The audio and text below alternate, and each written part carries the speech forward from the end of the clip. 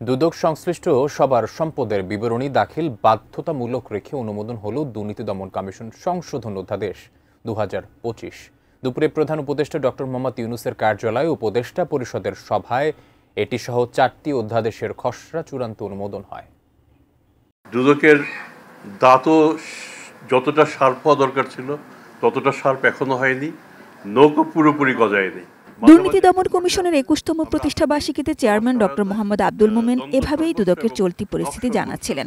অন্তর্বর্তী সরকার অবশ্য শুরু থেকেই দুদককে কার্যকর করতে উদ্যোগী বলে জানিয়ে আসছে। উপদেষ্টা পরিষদের সভায় এবার পাশ হলো দুদক সংশোধন অধ্যাদেশ।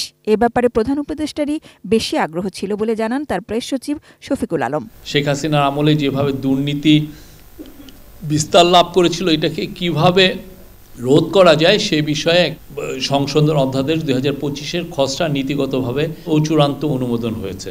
বিকেলে ফরেন সার্ভিস একাডেমিতে সংবাদ সম্মেলনে শফিকুল আলম জানান, দুদকই যেন দুর্নীতিগ্রস্ত হয়ে না পড়ে সেই চেষ্টাও চলছে। একটা ওভারসাইট বডি, যেটা বাছাই কমিটি, সেটা একটি ওভারসাইট বডি হিসাবে কাজ করার কথা ছিল, সেটাকে ড্রপ করা হয়েছে। দেখা যাচ্ছে যে ওভারসাইট একটা বডি করলেও সেখানেও আবার দুর্নীতি বিস্তার লাভ পেতে পারে। যে দুর্নীতি কমিশনের যে অফিসার বা যারা এই সরাসরি এই দুর্নীতি দমনের সাথে সম্পৃক্ত তাদের সম্পদের হিসাব দিতে হবে।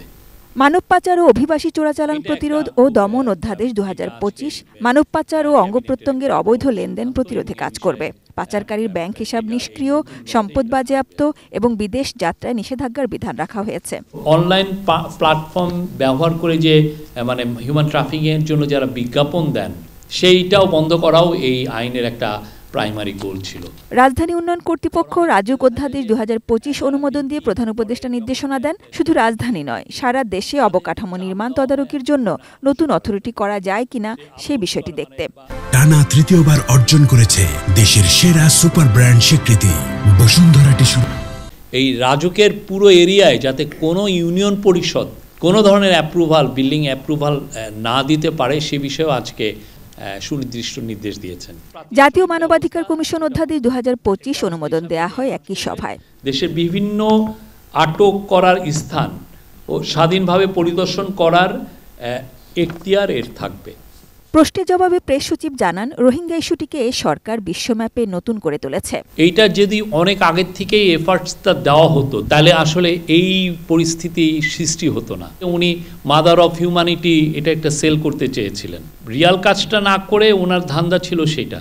আরেক প্রশ্নে জানান, বাউলদের উপর হামলাকারীদের গ্রেপ্তারের নির্দেশ দিয়েছে সরকার। যেখানেই অ্যাটাক হয়েছে সেই জায়গায় এটা তারা খুব সাঁড়াশি অভিযান করছে।